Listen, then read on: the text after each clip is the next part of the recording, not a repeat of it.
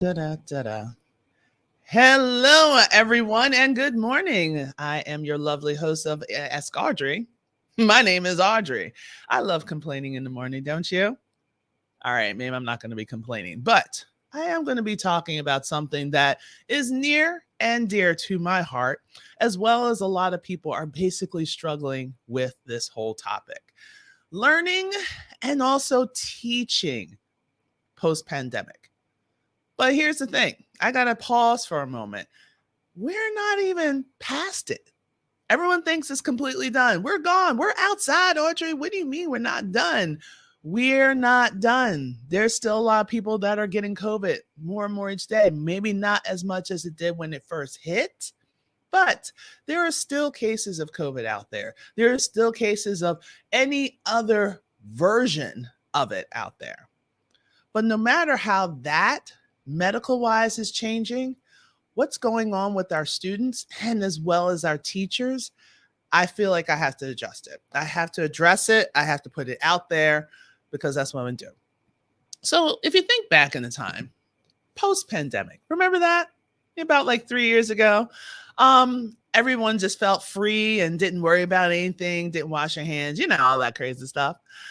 But when it came to education, like if I can think of it as a math person, my kids always still struggled with slope. I don't know what it is about slope that a lot of people are like, I don't get it, but they struggled with slope.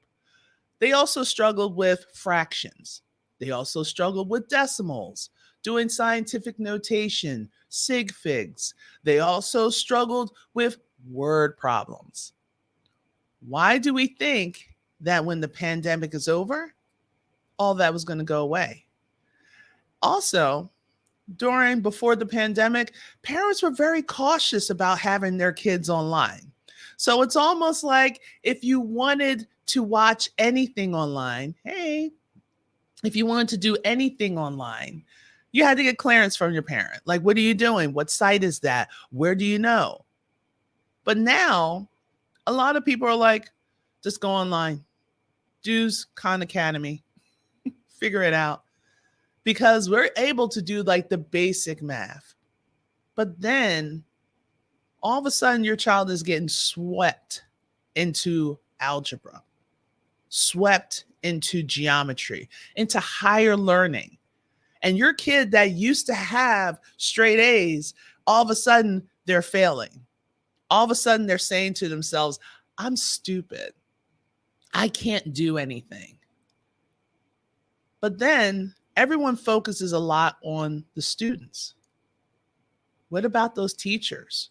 Because, guys, I'm going to let you know right here, right now, the expectations of teachers are high and the treatment of them is low. Let me say that again. The expectation, can't even say it now. The expectation of teachers are high, but their value is low. A lot of people are not treasuring the value that you have a person that purposely went to college, got their accreditation, so they can actually sit or stand in front of a classroom and give instruction to your child to help them with their next steps. But a lot of people are not realizing that these teachers, they're not just sitting in a classroom and getting their summers off. Like, no, that I'm sorry, that doesn't happen. You may see some people are like, yeah, I'm having a relaxing summer. But what did they do in order to get that relaxing summer? Countless meetings, dealing with curriculums, dealing with districts that keep changing the curriculum, even mid to quarter of the year, dealing with people that are not certified and they're constantly asking you for help because you're certified. Having your administration breathing down your neck because, oh, you've been here for a while, so you know everything. I never knew that being in a building for 2 years mean that I am now an experienced teacher. But our teachers are leaving, not because of the kids, not because of the lessons, but because they're not really being respected. They're being turned into administration. Give them this test. Give the kids that test. Give them this test. What? We didn't have anybody score in this assessment? That means you're a bad teacher. There are some bad teachers out there, and I will admit to that. There are some teachers, let's put it this way. My definition of bad is they know the content, but they don't know how to break it down into pieces that the child or the kids, plural, can learn. But they still have the same expectation as those teachers that know how to break down the concepts, that does above and beyond. And they're the ones that are constantly not only doing stuff in the classroom, but they're doing stuff after school. They're there for after school care. They're there for counseling sometimes for some of the kids. Just be a listening ear, because everyone is struggling. But we're going to talk a little bit deeper about what is going on in the classrooms right now, not only as a student, but also as a teacher. So if you're watching this live, go ahead and hit hashtag live. If you're watching the replay, hit hashtag replay, because it helps with the algorithm. So I know I have my friend here. Hi, Kathy. I didn't know you came back. Hopefully you're back. Hopefully you're not overseas watching this. This is hilarious. And yes, I am a crazy lady. It is early, but I love it. All right. So when we're talking, dealing with more. So let's talk on the teacher's end. There is more discipline issues. I'm hearing it not only, yes, I may not physically be in the classroom, but I have friends that are still, I do have friends that are still in the classroom. And these are some of the things that they're mentioning to me. There's more discipline issues. Because if we think about it, during the pandemic, a lot of the kids were able to learn in the comfort of their own home. They're on the couch. Some of them are still in bed. They're in their pajamas. They're wearing their hair bonnet. They're relaxed. They were chill. But were they really learning?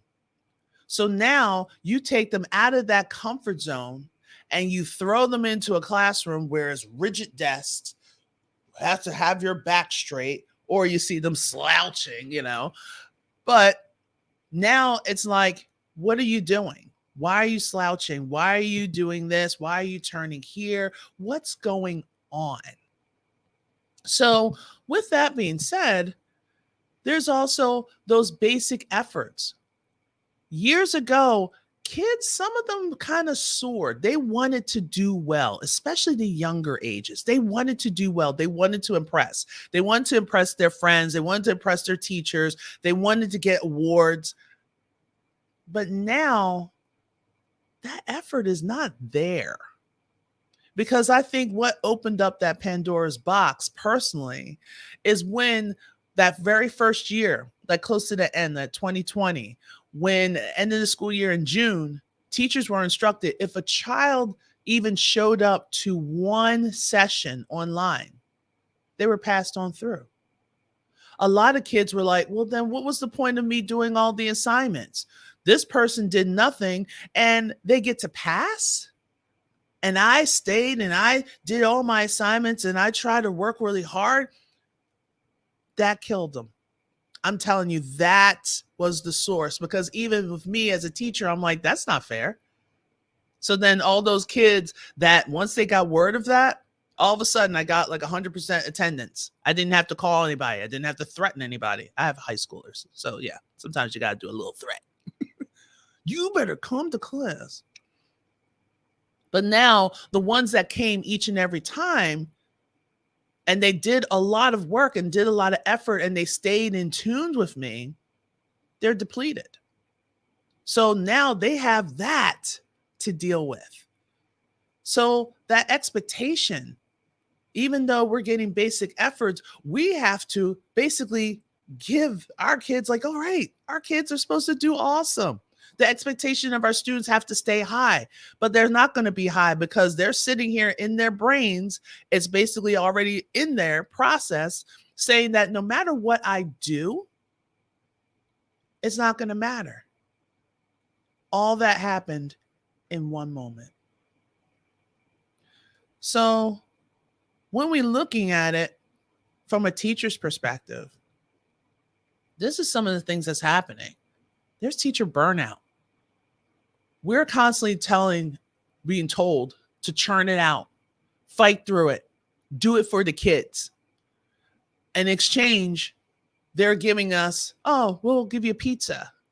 Or, oh, okay, let me give you donuts and coffee. And I know there's some people out there like this in mid-bite. But you have to understand that just by you giving me pizza and you're giving me donuts and you're giving me coffee, it's just another way of saying we need for this to keep moving. And we're going to give it to you with a smile because we love and appreciate you. If you love and appreciate me, help me pay my bills. Let's be blunt. If you love and appreciate me, why are you giving me basically someone else's job because they're stressed? You don't think I'm stressed because I don't exude the whole thing about stress? So now all of a sudden we're more sedentary. We're eating poorly because we're trying to get things quick. Because even though you're saying that, okay, we're going to give you a half an hour for lunch, there's never a half an hour for lunch. And I know a lot of parents are like, oh, you guys got a cushy, you hang out with kids all day. No, we don't hang out with kids. Sometimes we have to de-escalate so much for our kids. We have to basically help these kids get through a day because they're dealing with stuff from home. They're dealing with stuff with their friends. They're dealing with stuff with their internet friends, their Snapchat, their TikTok friends. They're dealing with bullies. They're dealing with so much, but they stay silent. So they do little things because since we see our kids for 8 hours a day, we can see their shift. But then we're dealing with our own. We're dealing with our own anxiety. We're dealing with our own depression. We're dealing with our own families. So when it comes to those traumas, and I loved how I put this, the internal traumas of lack of bathroom breaks. There are so many times, I'm telling you, I don't know how my bladder is going to operate when I get older. I really have no idea. Because you got, all right, I'm going to teach first period. I'm going to teach second period. Okay, I got a quick break. Oh, Miss Codner, can you come in for a meeting? Oh, there's an IEP meeting that we just all of a sudden had to pull it together. Right. And I love how my friend Kathy says, like, how do teachers actually do it nowadays? It is so much stress. Because now, once we slowly came back that following year, because everybody was like, our kids need to go to school. Our kids need to be in schools. The schools should be open. Open up the schools. Everyone knows the schools is like a huge petri dish. Kids, I love them, but they're gross. They swapping this, swapping that, touching this, touching that. But we're like, oh, we need the schools to be open because you as a parent felt like, I need a break. They're eating everything in the house. So it's like, what is going on? Open up the schools. So then we had to do that hybrid. Remember that? Oh, yeah. That was insane. We were still trying to figure out online instruction. We don't get that additional training. So now when parents see or hear about group or online training, a lot of them freak out because they're thinking about what happened during the heart of the pandemic. It was so disorganized. There's 40 kids in online. How do you keep track? No one knew. We weren't trained. We were lost just as everyone else. But what's the first thing that people do? They blame the teacher. Oh, that teacher wasn't teaching because the teacher didn't know how to teach online. All her plans, all his plans, everything that was there is on a binder. Several examples right behind me was in a binder, and they've just made copies. They have hard copies. They have their presentation. They didn't know how to do Google Classroom. You should see half the stuff that teachers had to do in order just to figure out Google Classroom. Now we know how to do it 2 years into it. But back then, we didn't. So when it comes to doing all that, you know, things are no longer like cursive. We don't do handwriting. Now, everybody, if they do math, they're doing it right on the calculator. So we spend more time teaching the kids how to use the calculator instead of doing the basic multiplication. And that's why a lot of our kids are struggling, because not because of that teacher, because that's how the lesson was designed. Why should we have, they struggle with multiplication, just have them use a calculator. So manners, yeah, that's going out the window. I almost dropped kick an old lady at the gym the other day. But I didn't. I didn't. I'm trying to be Christ-like. All right. But then note taking. I did a little spiel alive, really, talking about note taking. Our kids aren't taking notes. Go ahead and ask your kid when they come back from school today. Go ahead and ask your kid, oh, can I see your notes? They're either going to tell you a few things. One, we don't really take notes. Two, I have to keep them at school. I don't know. Because the reason why, I think it varies. A couple, my friends will tell me the reason why they keep their notes at school, because they need to keep their notes and have an ongoing ledger in class. Because if not, we get dinged as educators because of our observation. They want to see note taking. They want to see all that. So we don't want the kids to lose their notes. So we just keep it right at school. We just keep it there. And I'm like, but how can they study for their tests? Oh, we do a lot of stuff in class. Yeah, but they need that extra practice. So how can they get that extra practice or that extra exposure if their notes are in school? We'll talk about that some other time soon. And then also the lack of teacher feedback. I get it. Teachers, I get it. You're teaching how many classes, especially teachers that are brand spanking new to the career.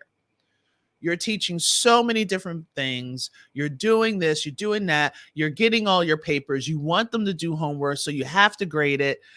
But a lot of people are just relying on the grading platforms, but they're really not giving initial feedback.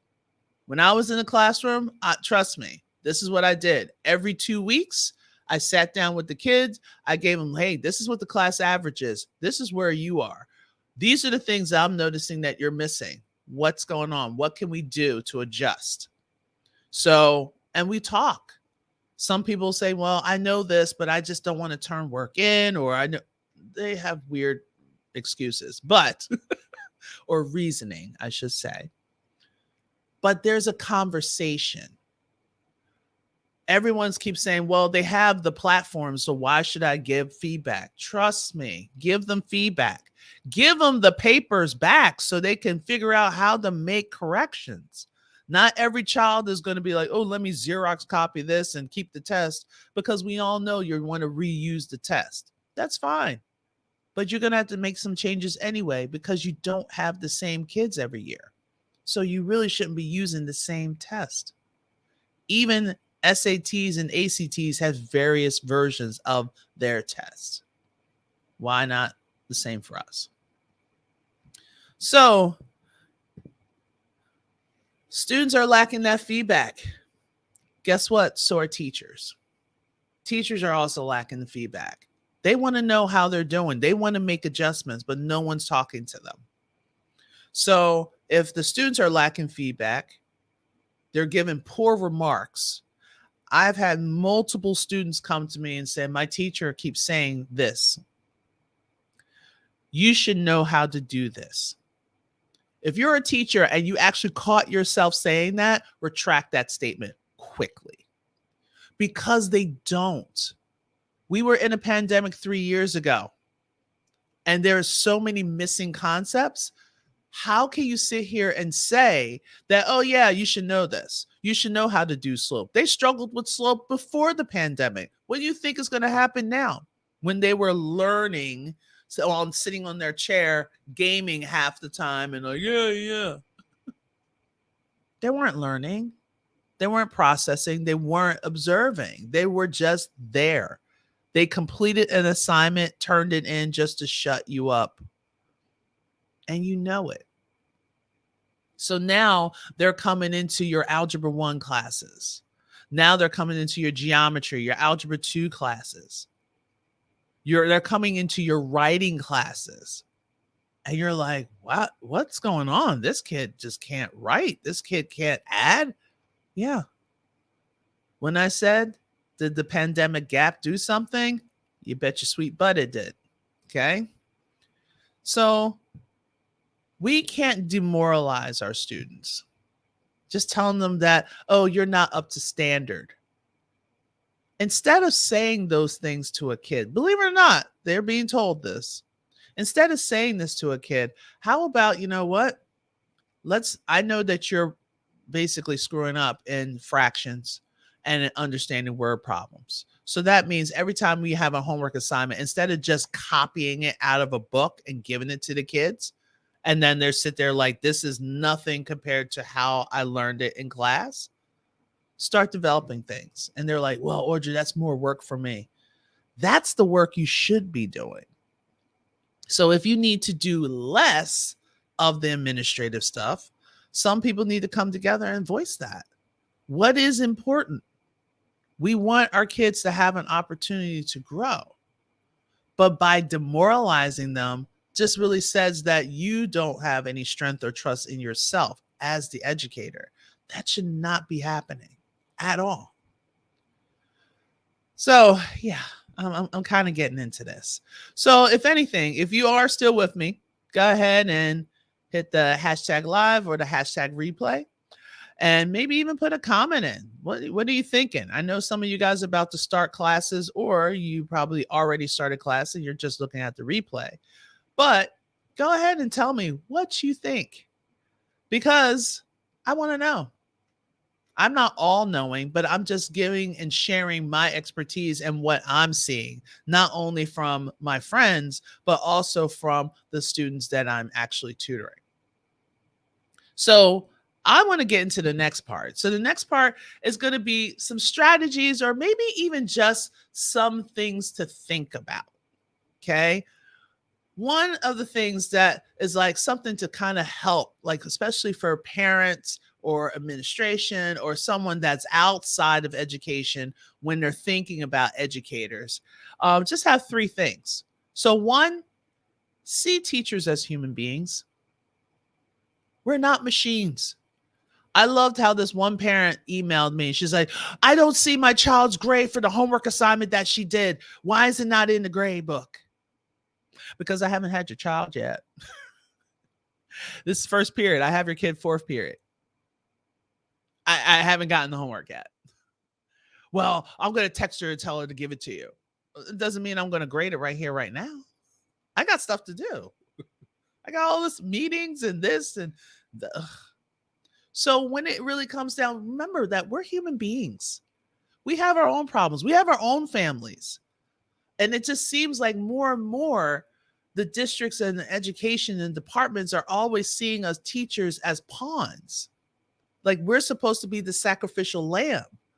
And every time I used to do professional developments, it just seems like, well, make sure you do this for the kids, do this for the kids, do this for the kids, do this for the kids. When can I do for my own family?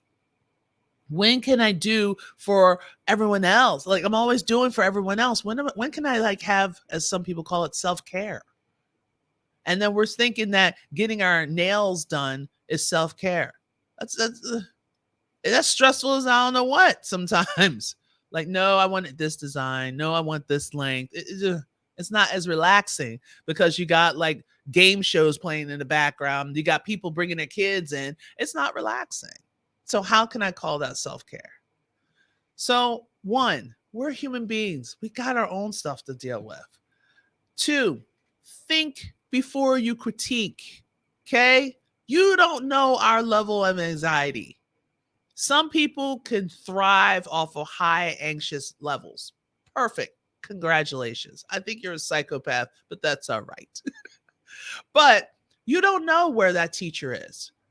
You don't know how that teacher is feeling while they're in the car driving.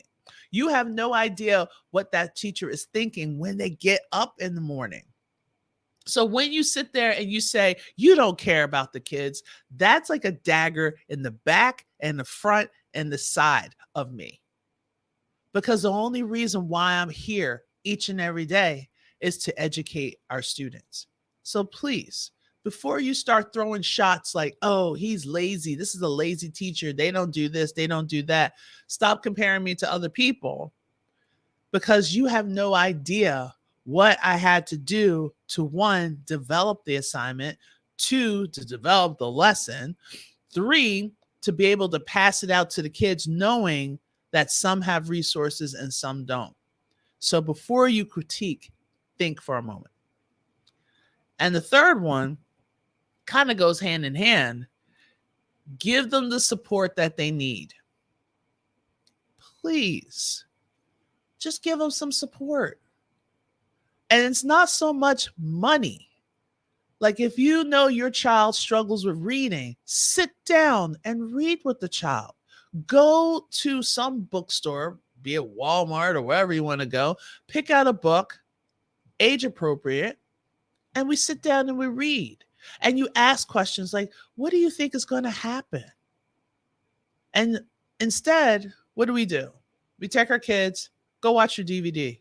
But then you complain that the kid is always in front of a TV screen.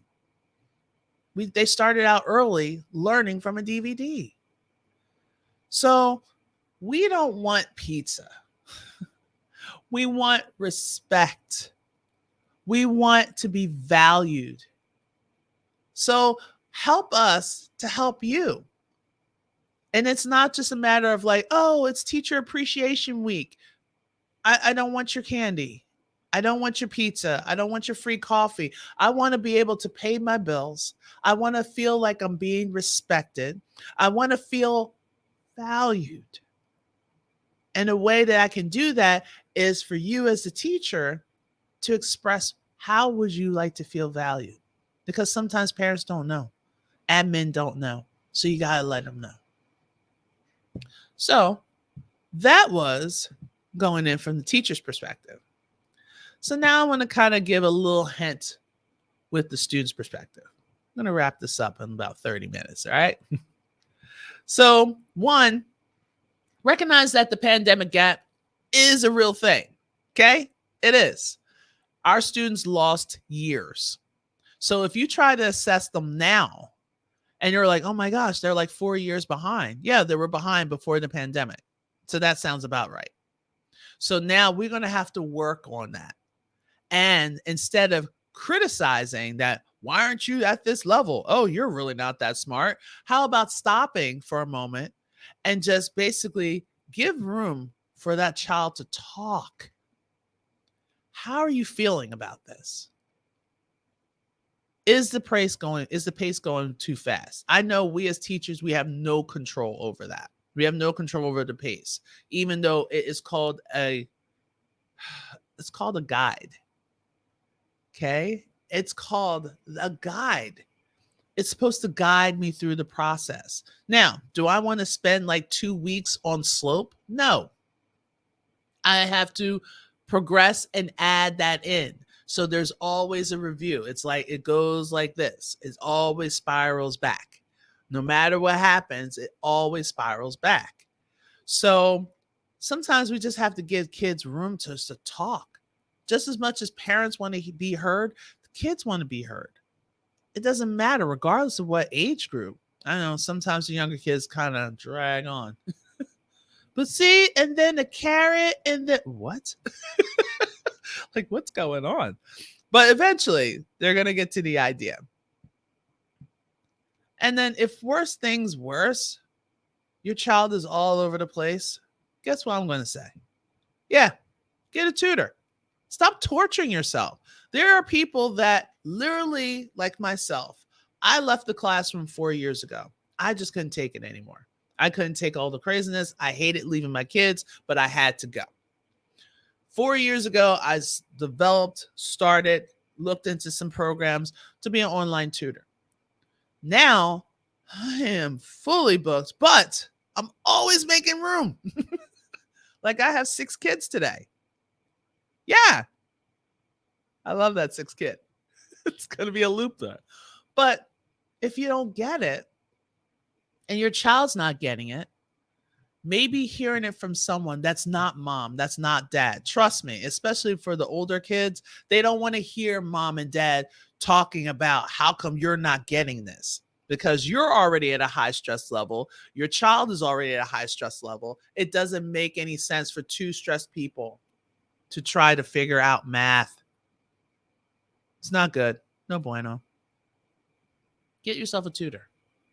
Get yourself someone that can actually break these concepts down at a pace that your child understands.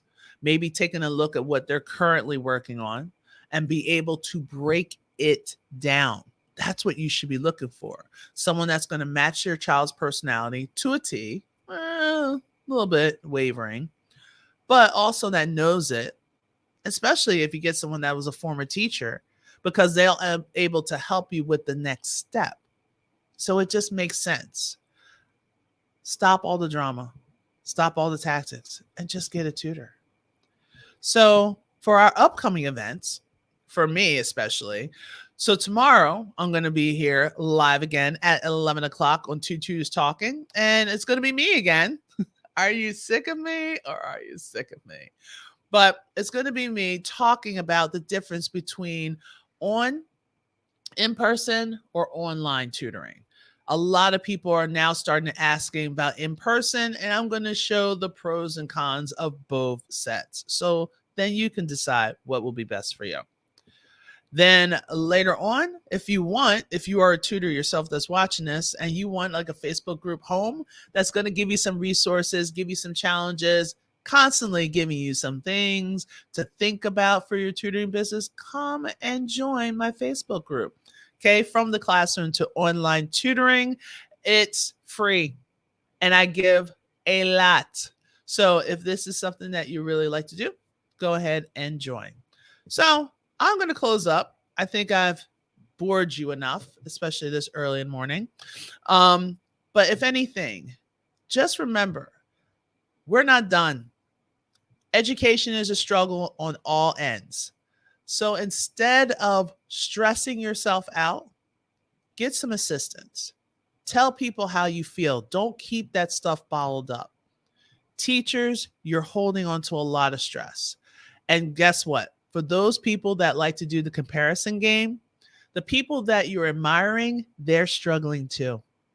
Because remember, your worst days might be someone's best goal. So you have no idea what's going on. But always remember that I'm here for you. If you need me, go ahead and DM me. We'll come up with a meeting. We'll maybe even do some brainstorming. But no matter what, do not keep this pain and the stress and anxiety to yourselves. All right, ladies and gentlemen, this is Audrey Codner from Ask Audrey, signing off. Take care, guys.